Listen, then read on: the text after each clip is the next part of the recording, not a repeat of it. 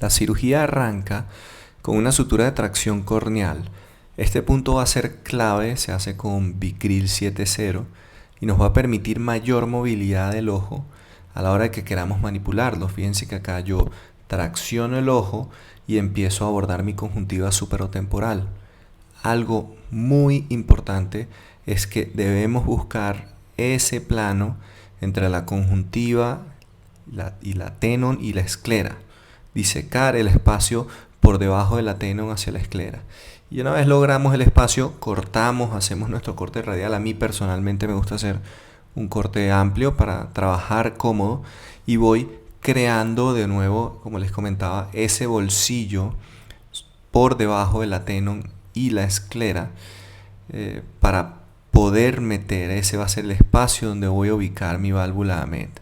Una vez que ya he creado más o menos el bolsillo, con una tijera de Stevens ampliamos ese bolsillo lo más que podemos para que cuando vayamos a introducir la válvula entre fácil. Algo importante es cauterizar solo lo necesario, y por lo menos este es un caso de glaucoma neovascular en donde ya de por sí hay un estado proinflamatorio y no quiero añadir más inflamación al ojo. Posterior a haber purgado la válvula, yo introduzco la aguja invertida de la sutura a través de los agujeros del plato. Yo uso una CA70 doble armada, de modo que una aguja me queda en un extremo y otra aguja en el otro extremo. Y ya van a ver cómo fijo ese plato. Entonces yo paso la sutura de un lado, del otro, queda en la parte superior la sutura pisando un poquito el tubo. Introduzco mi plato de la válvula y fíjense que aquí escondo el tubo por detrás del bléfaro. Me ayuda un poquito para poder tener campo quirúrgico libre del tubo. Entonces aquí mido 8 milímetros del limbo, y a esos 8 milímetros del limbo voy a introducir mi aguja con digamos una entrada epiescleral para fijar bien ese plato a la esclera. Entonces introduje, digamos, de derecha a izquierda el primer punto y de izquierda a derecha el segundo punto. Entonces ya aprieto un poco, corto uno de los extremos, y es muy importante de que quede muy firme el cuerpo de la válvula sobre la esclera. Entonces fíjense que ya yo voy apretando, recuerden que era una doble armada, entonces entro por un lado y por el otro, aprieto bien la sutura sin ser demasiado fuerte porque se me puede romper la sutura, que el plato quede bien aposicionado a la esclera. Fíjense que ahí queda bien aposicionado, y yo hago alrededor de 6, 7 puntos o 7 nudos para darle mucha fortaleza a ese anclaje. Ya luego corto, usualmente ese nudo, fíjense que queda por debajo del plato. Vuelvo a colocar mi ojo en posición primaria de la mirada para poder medir el corte que voy a hacer del tubo, el trayecto que va a tener el tubo en cámara anterior. Aquí fíjense que yo hago un corte con un bisel hacia arriba.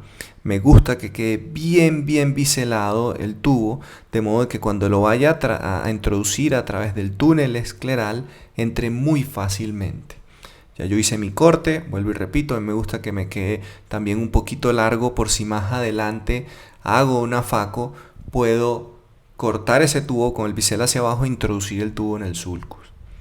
Antes de entrar a cámara anterior coloco viscoelástico en la cámara, vuelvo a esconder mi tubo para que no me moleste en lo que haga en mi campo quirúrgico, y aquí tracciono el ojo hacia abajo. Vuelvo, insisto, en la importancia de la sutura de tracción. Voy introduciendo con mi aguja de 23G un túnel en la esclera aproximadamente 4 milímetros por detrás del limbo. Y ya una vez que voy creando ese plano intraescleral, pero no tan profundo, voy avanzando lentamente hasta llegar al punto en donde me acerque al limbo. Y fíjense que ahí ya estoy cercano al limbo, ya sé que ahí tengo que cambiar mi angulación para angular en paralelo al iris, de modo que cuando entre el tubo, este entre lo más limpio posible, lo más alejado de la córnea. Entonces fíjense que yo voy haciendo contrapulso con mi tracción, y eso me permite crear esa entrada plano iris. Esto realmente es un paso que me ha cambiado mucho la manera en cómo hago mis tubos en general, la tracción, entro plano iris, ya cuando entré a cámara anterior voy retirando, introduciendo viscoelástico, porque esta aguja va conectada a una cánula con viscoelástico. Ya entonces, habiendo creado mi túnel, introduzco el tubo. Fíjense que él entra muy fácilmente en el túnel. ¿Por qué? Porque lo hice muy biselado. Voy introduciendo el tubo lentamente y ya cuando empiece a ver que entra en cámara anterior, bueno, ya confirmo que todo está bien. Importante no presurizar demasiado la cámara anterior, porque a veces puede colapsar el túnel y no entra fácilmente el tubo. Entonces fíjense que aquí entró perfectamente en cámara anterior, confirmo su trayecto, su posición, estoy satisfecho. Entonces, luego que ya tengo el tubo en cámara anterior bien, a mí me gusta hacer una sutura de anclaje con nylon 10 ceros, con una sutura de colchonero, aposicionando bien firme esa porción del tubo que queda desnuda contra la esclera, de modo de que no me vaya a largo plazo a erosionar la conjuntiva. Entonces yo firmemente anudo, fíjense cómo él me hace presión sobre el tubo contra la esclera, y eso me garantiza de que el tubo quede un poco más aposicionado y minimizar el riesgo de una erosión conjuntival tardía. El nudo lo meto dentro de la esclera y ya entonces pasamos a suturar la conjuntiva. A mí me gusta ir a las esquinas, o sea, yo voy de conjuntiva, digamos del flap que hice, del colgajo que hice, de conjuntiva a la conjuntiva, digamos, que me va a recibir. Anudo bien el primer extremo, hago mi 3-2-2 clásico y ya luego hago lo mismo en la otra esquina. Ya cuando tengo las dos esquinas, fíjense que yo hago aquí una mordida de la epiesclera para que ese punto quede bien anclado y no se me vaya a soltar, no se me vaya a retraer esa conjuntiva. Habiendo ya hecho el nudo, ya me quedan las dos esquinas, queda bien posicionada la conjuntiva, y ya el resto es hacer suturas separadas hacia posterior. Fíjense que yo acá dejo los cortes largos de la sutura y la meto debajo de la conjuntiva, como para que no quede ese cabo largo que le va a molestar al paciente. Y esto me permite que, digamos, el paciente tenga un poquito mayor de comodidad en el postoperatorio y la herida queda, digamos, bien suturada, limpia, no va a haber molestia como tal.